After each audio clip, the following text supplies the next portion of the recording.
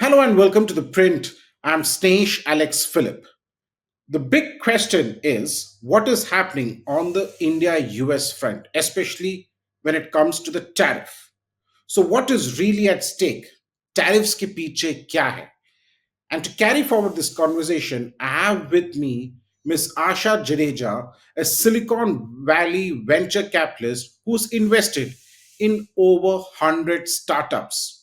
While she is a venture capitalist, she also works closely with both India and the US, especially the Trump administration, for the betterment of the bilateral ties. Welcome to the print, Asha. Thank you for having me. Thank you. So the question itself, as the subject says, is what is really at stake? Tariffs के पीछे क्या है? बताइए. The whole world is thinking about it and guessing and stuff like that. I feel, Snehesh, on two fronts. I think I beg to differ from a lot of people. Number one, I'm actually a supporter of the Trump and Elon Musk team, and I have worked towards establishing deep ties with the new administration as a key leader in Silicon Valley. And for the first time in history, the Washington D.C. has really reached out to the Silicon Valley and invited us to be part of their strategic thinking and policy making, which is wonderful. I mean, this is an unprecedented opportunity for all of us in the venture capital world and the startup world to be part of Trump's thinking and strategic planning. So on that front, what I see this tariff, drama that's going on, from the White House, is I would put it in a very simple, in few words. This is a war without bullets. This is a war on China without bullets. It's a war without weapons of usual, weapons of putting countries on the back foot. Now, why is that so?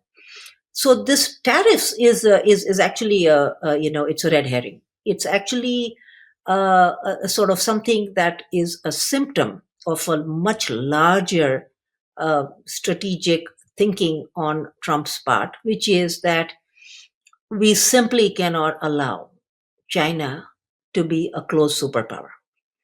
Trump and team wants, a sort of an international order that goes back to a unipolar world with one hegemon, with one superpower, which is United States.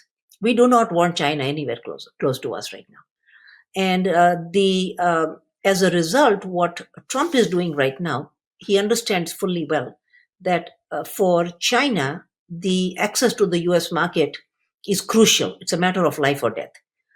And right now, while China is already suffering economically, while its markets are in trouble, while its real estate is in the doldrums, and China is floundering on economic front inside domestically, this is actually, in my view, a very good time for US to be striking a blow to the Xi administration. I know you're frowning because you're probably wondering what's, maybe this is too harsh an action, but it's not, Snehesh. I feel that we as Indians must appreciate the fact that what Trump is trying to do is make sure that the value system that is represented by nations like United States and India, the values of freedom, of democracy, and rule of law.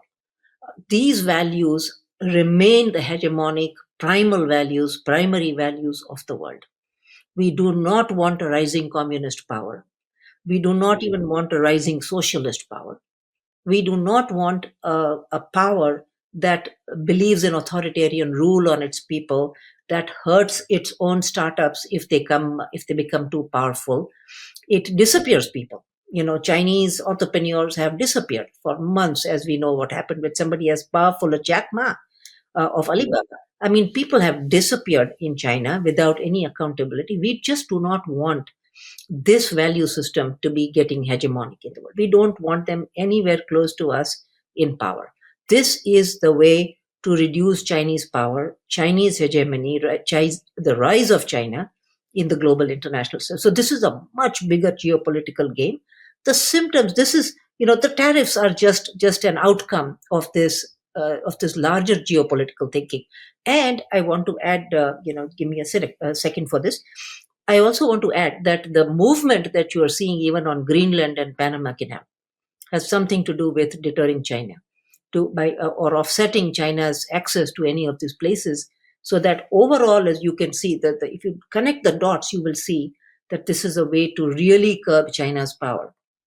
And this is the best thing that we could have done as United States. I don't think Biden would have ever been able to do this. I mean, it's only somebody who has absolutely no compunctions about coming across as a as a unilateral strong leader, and Trump has doesn't care about what the rest of the world thinks.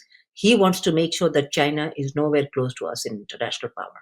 You had a lovely analogy. You mentioned that this is a war without a bullet being fired between the US and China.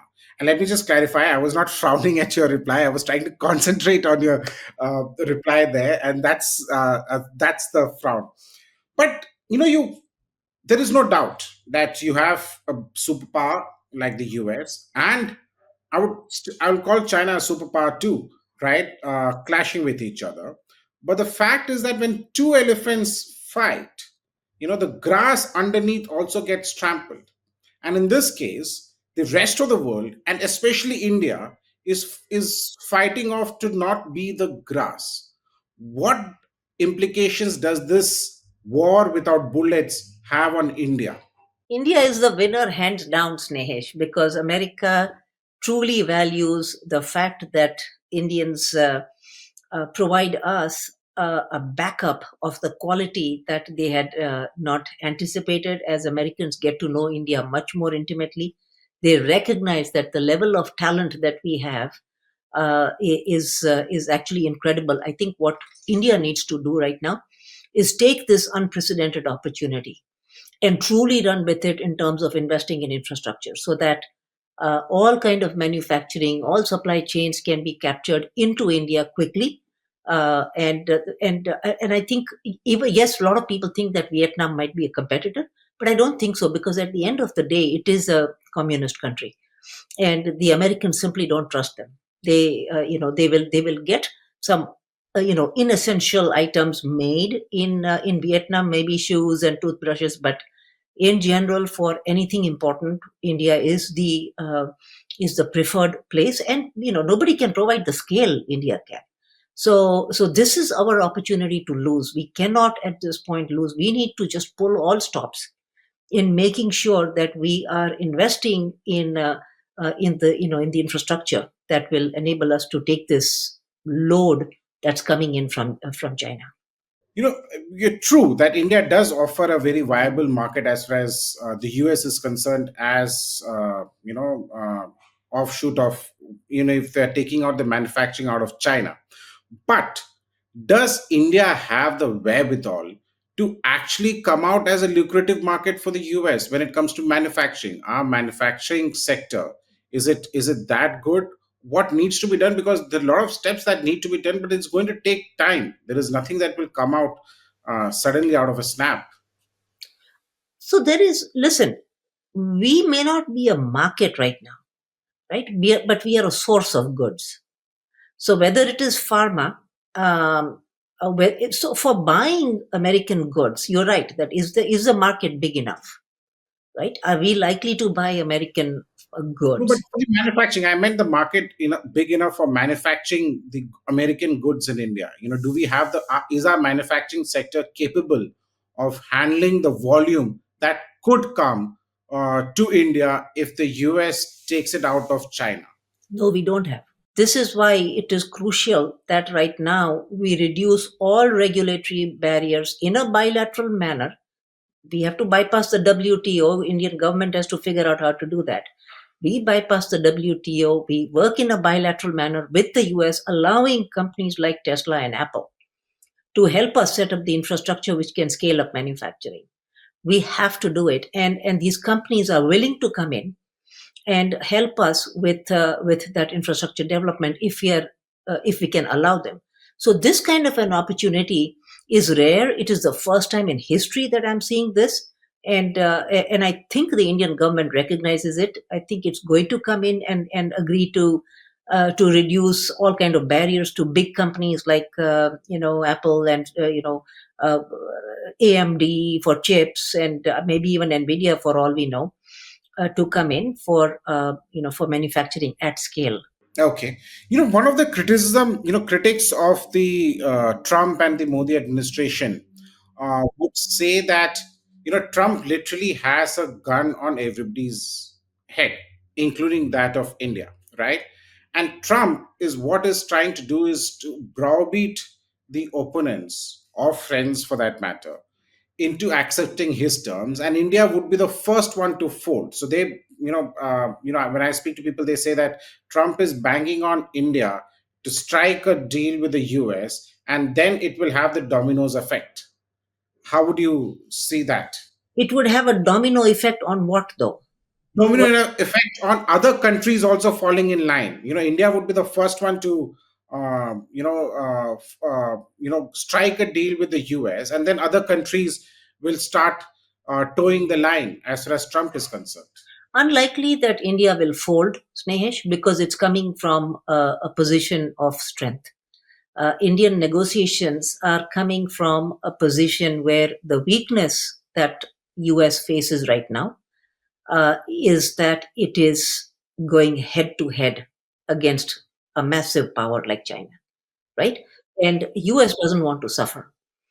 US doesn't want to suffer the consequences to a great deal. It will hamper the US economy a little bit till manufacturing moves into US, but I think but the Americans recognize the game they are playing. They recognize that this is a game of chicken, and they don't want to blink. And if they can do it only if India is there as its backup, as its most important trading partner, and they will not put that much of pressure on India. But it is true that Trump is going to make many sounds on the outside to make it look to the rest of to the rest of the planet that look, India has come back to us to make a deal. Trump has got two things going for him here. One is he's got his ego entangled in all of this. I mean, I can't believe the man is actually saying, oh, everybody is coming to my doorstep, knocking on my door, and everybody wants to create a deal, negotiate, strike a deal with me. Let's do it. Play the game. We should play the game. We should be there in Washington D.C., knocking on his door and saying, "Hey, look, please let us work with you." Given how much how how well Washington D.C. thinks of India right now, how much they are enamored by India, how much promise India holds in the minds and hearts of Washington D.C. right now. If we were there knocking on their door and saying, "We want to strike a deal, we want to make a deal with you, President Trump. Please tell us how you can help us close this," and he will do it. I mean, this is right now the question, in fact, is when is US going to fold when it comes to India, because India has never been in such a place of power and authority, and even competitive advantage, because simply because China is on a back foot right now. You mentioned that Trump will not bat an eyelid, but he's already done, right? When he introduced the tariff and then suddenly introduced a 90-day pause on the imposition of tariff, except for China. But the fact is that there is also a large pushback as far as the markets are concerned, right? The Wall Street is pushing back. People say that Trump's idea was that the stock markets will come down and the bond yield will also come down, but the that has gone up, which upsets the entire This is interest paying capability of the US government. And they say that this was one of the main focus area for Trump, is to right. bring down the interest on the bonds, right? So how would you look at it? Is Trump really sure of what he does? Because he wakes up one morning, decides to impose tariff, then wakes up the next morning and says, okay, fine, 90-day pause. Trump and Trump's team actually is clear about one and only one thing, which is to put China uh, nowhere close to us. It's not about the Chinese people. The Trump administration simply does not want the Chinese Communist Party to have this level of power that it has. And it's one and only one goal, which is that in the international system, China should be nowhere close to us in power. And I fully support that thesis because we don't want a communist nation with, with territorial aspirations to be reaching a place where it starts. Um, Not only is it doing, all kinds of, belt and road initiatives and all kinds of infrastructure development, and on the pretext of infrastructure, it's all over in the Indo-Pacific Ocean, it is all over Sri Lanka. It's all the way all over in Bangladesh, Pakistan. I mean, even for India, we simply do not need the Chinese to be getting. This is a gift for us. For us in India, this is a gift that America is going to put China back in its second, third tier position without us firing a bullet. Oh, okay. True. If that really happens, then it is good news for India. The reason I'm convinced right now that it's going to happen is because Chinese economy is doing really poorly right now. I mean, they invested, they set aside billions for construction, and there are these thousands and thousands of empty buildings all over China. Nobody's using it. They've actually started moving that money out into Africa and into Southeast Asian nations for their infrastructure development on the pretext that this is all for goodwill, and we are developing infrastructure, we are doing the Belt and Road Initiative. But actually it is just this tremendous amount of wealth that the Communist Party had accrued in its own accounts, and and had started flooding the Chinese markets with construction and infrastructure development, which is not needed. So they are in such deep doo doo right now that this couldn't have come at a better time. China, sort of the American attack on China. This is a straight out attack, and it's a hats off to Trump for doing this. This is, you are asking me if this is a random scattershot, thinking on Trump's part, and he's going, taking one step forward, two steps behind. I don't think so. Actually, he's announcing the tariffs on the first day, which he did. He knew that there was going to be loss in market value. What he did not know is that it's going to be $7 trillion in loss of market value. So I think that this 90-day pause was, in a pragmatic sense, it was as a reaction to bringing the markets back up. The markets have climbed back to normal and above. And I think in to some extent, given that he's got phenomenal Wall Street people advising him, his thinking is much more aligned with the strength of the American market. And right now, China will collapse if it did not have access to the American market. And what this is going to do for us in America is going to bring back manufacturing to some extent in the US. And I think the biggest would be pharma. Right now, 96% of our medicines come from China. We don't want that. We don't want that level of dependence on China. It should be on India, if at all. Well, pharma has been, the sector on the Indian perspective also. A lot of pharma companies have suddenly taken a hit as far as the stock prices are concerned, primarily to do with the fear of, the tariffs. So you said you expect a deal in the next 6 months. There is frantic negotiations that are on. Officials from both sides are visiting each other. A lot of talks are happening.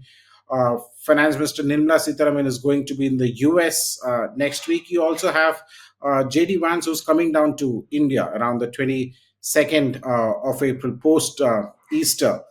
Uh, what do you think are the sticking points, and what do you think are the factors that would work in speeding up this deal? So there are three things that we need to surmount. The first one is on nuclear energy. India really wants nuclear energy, and we want the transfer of nuclear technology from the US to India. And we are right now stuck or from our side, from the Indian side, on not being able to resolve the liability issue. Yes, I and think that a committee has now been set up, which is looking at tweaking it. And External Affairs Minister S. Jaishankar had mentioned that the government is likely to tweak the liability bill, the it liability should happen. clause. It should absolutely happen, and it should happen. It should be. I mean, I'm sure that with the Indian team, it is such a diligent team that Prime Minister Modi has.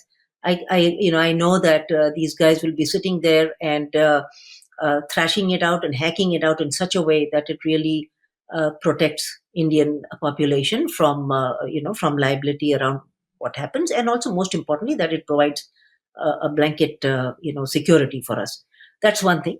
Second thing is on it's actually on immigration, and I think the Indians want the Americans to relax the rules on immigration, and we want our scientists and engineers who are in the US to quickly be given the green cards and the citizenship, and moving the whole pipeline along, which US is willing to do, is happy to do, and needs us badly.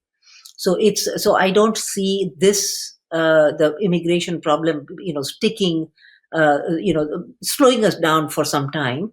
But I think it will get resolved. And third, I think, would be on the technology front. Where how much are we going to collaborate on setting standards that are beneficial for both the US and for India? And will we get there?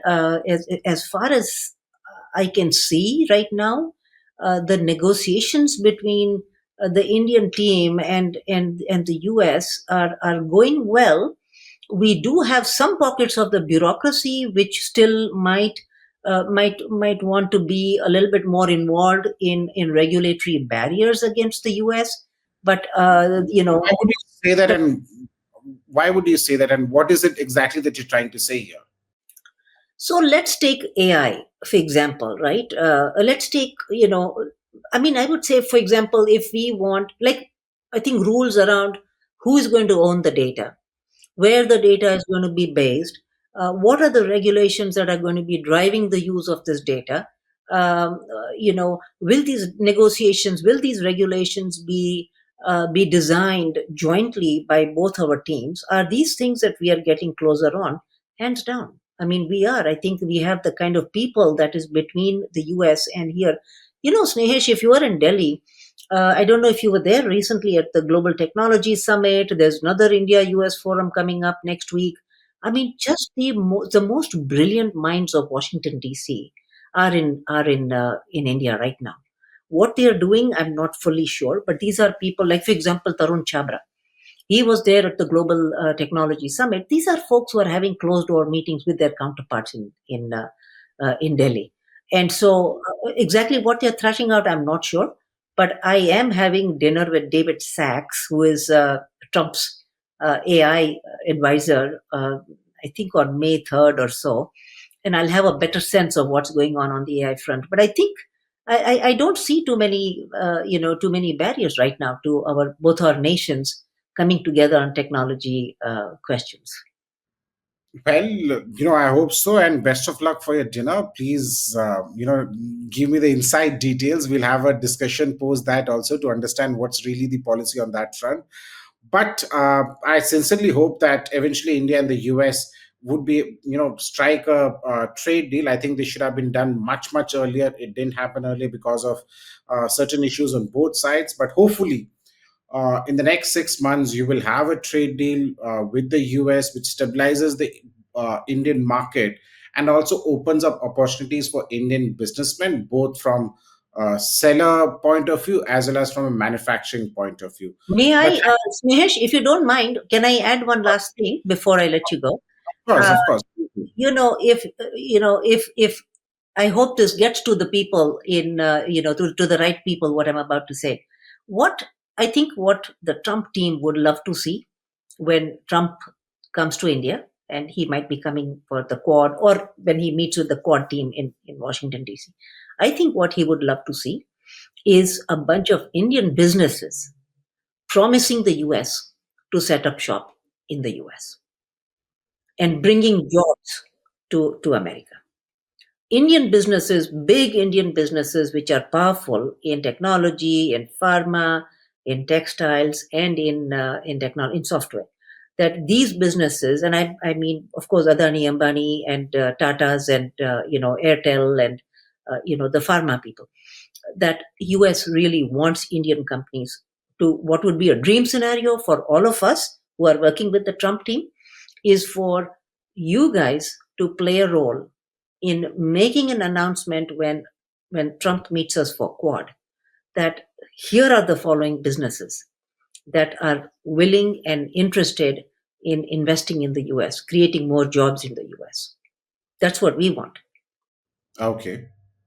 Well, as they say, it's always one will have to really wait and see how this turns about, because while Trump has the "Make America Great Again" plan, the government here under Prime Minister Narendra Modi has the similar plan for as far as India is concerned. I think both have to, if both can merge at some point of time, it would be a win-win situation for both. But thank you so much, Ms. Asha Jadeja, for speaking to the print and bringing your insights into the ongoing tariff war, which you said is actually not just about other countries, but it's actually a war between US and China without bullets being involved. Thank you so much. Thank you. Thank you.